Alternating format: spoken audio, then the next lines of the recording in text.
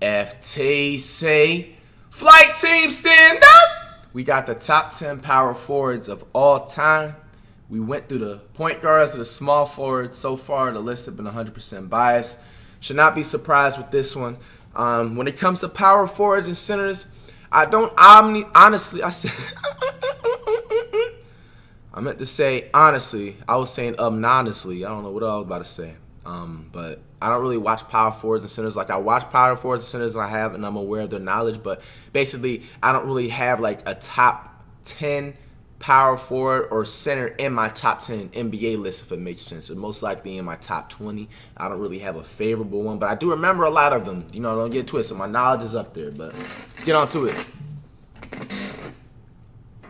Welcome to Mixtape Videos. Today we're continuing our rankings of the top 10 players at each position, and this week we're ranking the top 10 power forwards.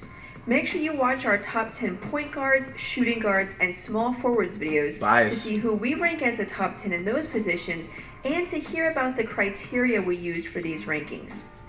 But for now, let's get started with the top 10 power forwards. Number 10, Kevin McHale. Okay. There's some talk that McHale owes his fame to playing on some legendary Celtic teams alongside Larry Bird and Robert Parrish. So he was getting carried. Did you know that McHale was often the team's second leading scorer despite being mostly a bench player? He won 6th Man of the Year twice, and of course... So how is a bench player in a top 10 power forward? Like, how is a bench player literally making a top 10 list? What?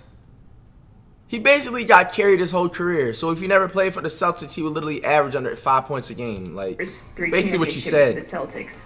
And he did his fair share of the work in earning those titles.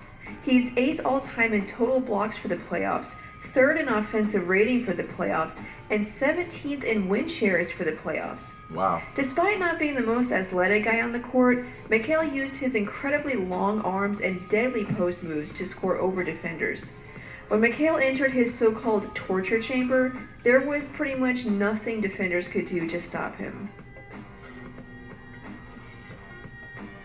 Number 9, Jerry Lucas. Wow, okay. At 6'8" and 230 pounds, you wouldn't think Jerry Lucas would be able to compete in the NBA. Yeah. But not only did he compete, he dominated, especially as a rebounder, averaging nearly 16 per game for his career, putting him below only Wilt Chamberlain, Bill Russell, and Bob Pettit in rebounds per game. Damn. In fact, he's one of only 3 players, alongside Chamberlain and Pettit, to average more than 20 points and 20 rebounds in a season. He's 16th all-time in total rebounds and averaged over 18 rebounds a game 5 times in his career. Okay. When people think of dominant inside men from the 60s, they often think of guys like Wilt Chamberlain and Bill Russell. Yeah, Wilt Chamberlain got to be number one. Was always right up there with those guys when it came to rebounding. No, he's a center. Wilt Chamberlain's a center, so never mind that. I wouldn't be surprised like Tim Duncan or KG. He won Rookie of the Year after averaging 18 points Probably and 18 Tim Duncan. Rebounds in that I'm going to go for that. And won a ring in 1973 with the New York Knicks. Wilt Chamberlain blocked that. Number 8, Dolph Schayes.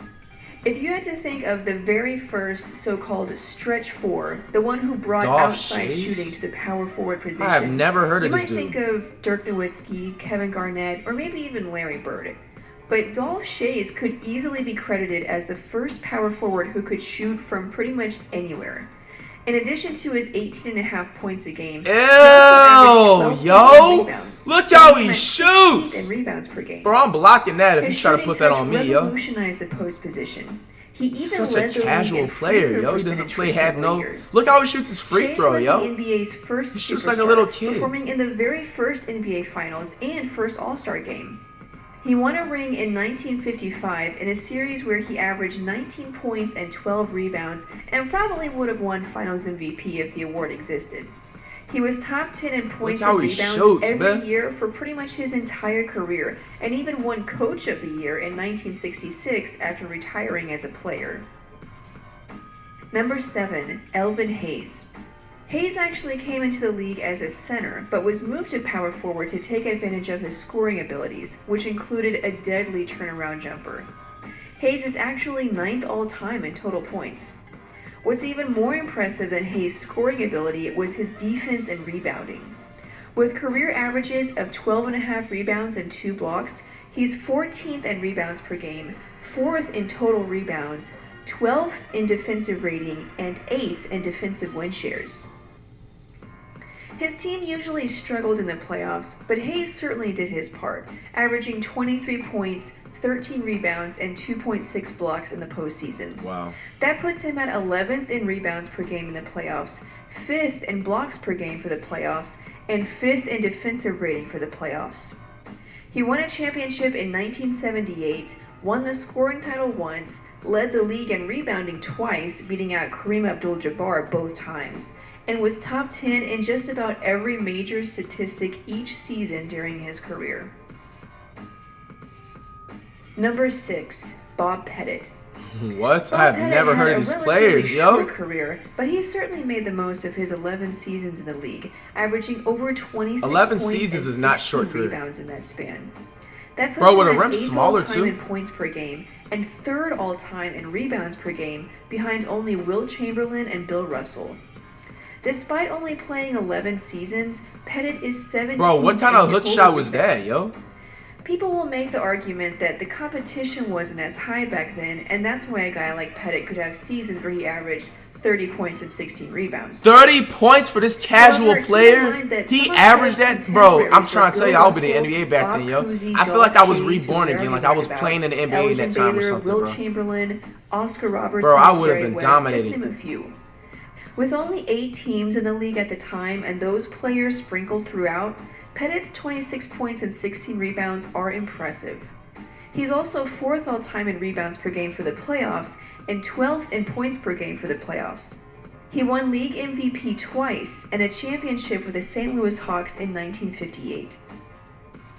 Number 5, Chales Barkley. Barkley is top 20 in total rebounds and rebounds per game, and top 15 in those categories for the playoffs. He's 13th in total rebounds. I didn't even know he was a power 15th forward. I in thought he was a offensive small rating for the forward. Wow. playoffs, and cracks the top 30 in total points and points per game for the regular season. Chales Barkley. To further highlight Barkley's dominance, think about this. He's one of only 5 players who have compiled at least 20,000 points, 10,000 rebounds, and 4,000 assists. Wow. All of this is even more impressive when you consider the fact that Barkley was only 6 feet 6 inches tall. Despite being around half a foot shorter than his opponent, Barkley averaged nearly 12 rebounds and 1 block per game for his career.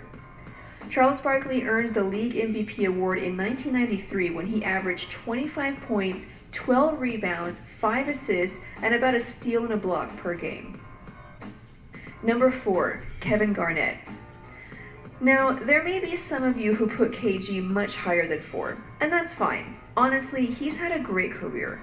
He's top 20 in total points, blocks, and defensive rating, 9th in total rebounds, and 8th in total win shares. He blocked Garnett Melo. pretty Oh much did my it all in gosh. Minnesota, Not Melo. becoming one of only 3 players to lead his team in all major statistics for a season.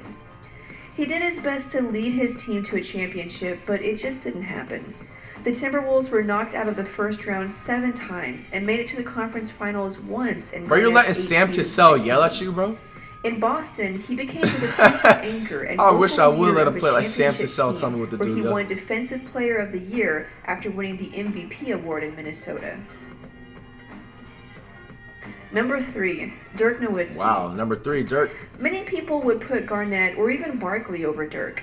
If you've been a long-time What? subscriber to the channel, then you Bro, already know come how on. we Dirk feel is about way Dirk. better than both After those all, players. the very first video we posted was a Dirk montage. It's true that Garnett and Barkley were better defensive players, but no one can stop Dirk's scoring abilities That's what I'm with his saying, patented yo. one-legged fadeaway. And he's actually not Bro, as I bad always as a hated defender that or one-legged rebounder as fadeaway that was ESPN would always have you going believe. in. He's 10th in defensive rebounds and 10th among active players in blocks. Because like the one But there's when no he doubt does the that one leg Dirk led fadeaway, his you team can't to block victory it. by He puts his scoring. leg in the fucking way, He's so it's like you're 7th gonna take the all-time in knee, total bit. points, 8th in offensive win shares, and Dirk is a 7th in goat. total win shares. He's also 13th in points per game and win Ooh, shares. he got in the LeBron with that playoffs. pump fake. Garnett Go back may to the not fundamentals, have had great LeBron. teams in How do you fall for a Minnesota, pump but fake let's like not that? act like Dirk played with a trio of all-stars his entire career. In What? fact, the year he won a championship and finals MVP, the team's second leading scorer was the 6th man. He also has a regular season MVP award under his belt and is one of 5 players with an NBA playoff career average of 25 points and 10 rebounds. Number 2, Karl Malone. To paint Tim a Duncan's simple number 1, I picture bet. of how great Karl Malone was, listen to this. He's a 2-time MVP, 2nd all-time in points, 6th in rebounds, and 3rd in win shares. That pretty much says it all. Damn, where's Malone Josh was Smith a at, beast. yo? In one of our early Where's videos, Josh we Smith even at? You put explored these the question no-name of whether players or not early Karl on that Malone played in like was the better than 30s Tim and shit. Duncan. Where's The Josh answer was Smith no, at, yo? but it's closer Come on than you now. think. He's also 13th in points per game for the regular season, 16th in points per game for the playoffs. Josh Smith should easily be first number in 6 or defensive 7, rebounds, bro. and 10th all-time in total steals. He was the model of consistency. Where's Despite Amari playing Stoudemire until he was 40 too? years old, his Yo, career this is averages a of 25 flawless. points and 10 I just rebounds. remembered, bro. Amari's a power Now, some forward. will say Malone was great because He's of not a Stockton. center, right? He's a power Well, forward. who's to say Stockton wasn't great? No because of Amari and no Malone? Josh Smith. That's funny, Either man. way, the two were great in their own right, and Karl Malone, despite not winning a ring, has definitely earned this spot. Doesn't even win a ring. Number 1, Tim Duncan. Wow, you should have known Tim Duncan was gonna be is the there. obvious number 1 choice, and it's not even close. He's a 2-time MVP, 5-time champion, and 3-time Finals MVP. That pretty much says it all. He's excelled in every facet of the game. Now, it's true that Duncan has had some great teammates over the years, not to mention one of the greatest coaches ever, but Duncan has still earned this spot. Duncan He's has no 7th emotion, in total bro. rebounds, 5th in total blocks, has the 2nd highest defensive rating ever, and is 6th But I in like total it though. win Players with shares. no emotion just He play the also best. performed well when it mattered They don't say most nothing. in They the just playoffs. fucking get to the action. He's top 10 in total rebounds, total blocks, blocks per game, and PER for the playoffs, and is second only Bro, I to remember Jordan Detroit in and total San win Antonio shares for the days, bro. playoffs. And that's barely You would never scratching stop the seeing him in the surface. finals, He's man. also top 15 in total points. Basically, Duncan did it all. He is easily the greatest power that forward putback of nice. all time. Hell yeah.